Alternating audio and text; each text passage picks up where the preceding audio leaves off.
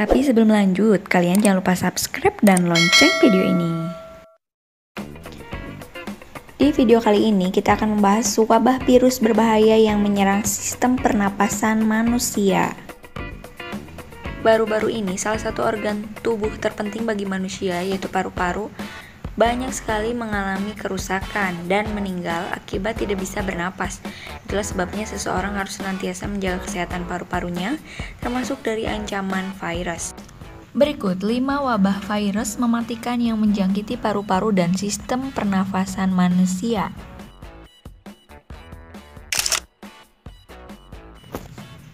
SARS. Saat wabah virus corona melanda dunia seperti sekarang, tidak sedikit yang membanding-bandingkan wabah virus corona dengan wabah SARS yang pernah terjadi beberapa tahun sebelumnya. Asalnya, wabah virus corona atau COVID-19 ini dianggap memiliki banyak kemiripan dengan wabah SARS yang pernah terjadi di tahun 2002.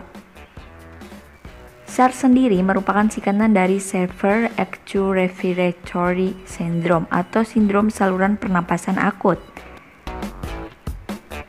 Mereka yang terserang SARS akan menampakkan gejala-gejala seperti demam, menggigil, nyeri otot.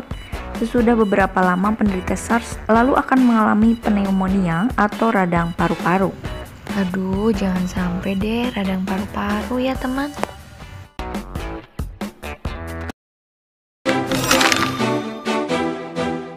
Hantavirus. Hantavirus adalah nama dari virus yang menimbulkan penyakit mematikan, yaitu HPS, Hantavirus Pulmonary Syndrome.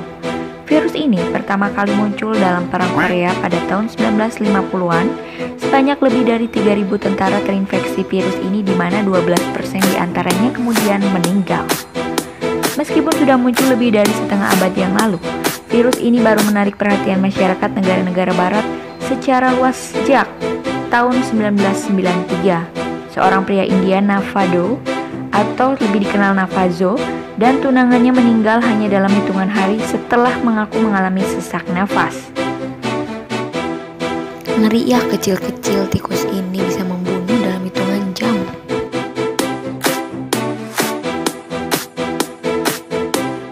Beberapa bulan usai tewasnya kedua orang tadi, petugas kesehatan berhasil menginfeksi hantavirus dari tikus yang berada di rumah penderita HPS.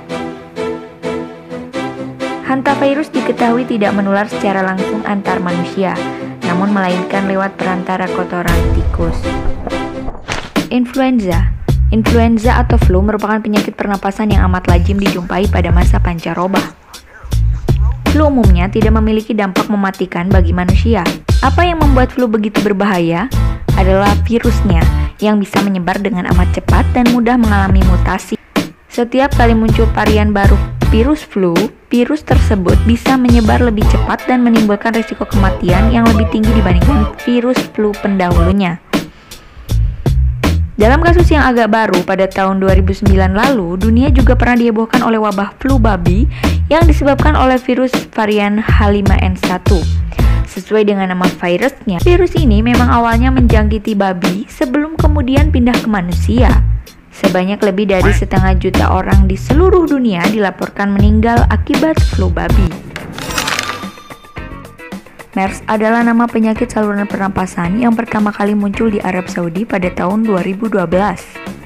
Karena penyakit ini pertama kali muncul di negara Timur Tengah, penyakit ini pun diberi nama MERS, yang aslinya merupakan singkatan dari Middle East Respiratory Syndrome atau sindrom saluran pernapasan Timur Tengah. Seperti halnya SARS, MERS disebabkan oleh virus yang masih tergolong sebagai keluarga virus COP. Penyakit ini diperkirakan pertama kali menjangkiti manusia dari unta di kawasan Timur Tengah.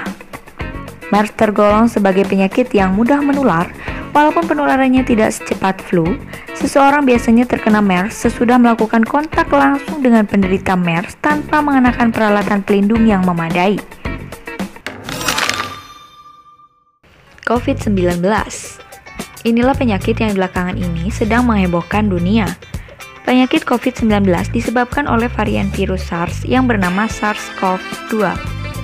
Virus ini pertama kali muncul di kota Wuhan pada bulan Desember 2019 sebelum kemudian menyebar luas dan menjadi wabah berskala global. Virus penyebab COVID-19 diperkirakan awalnya berasal dari kelelawar sebelum kemudian menjangkiti manusia.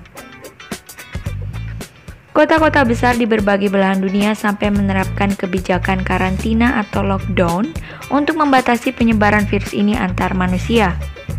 Penyakit COVID-19 memiliki tingkat kematian 2,3% pada penderitanya.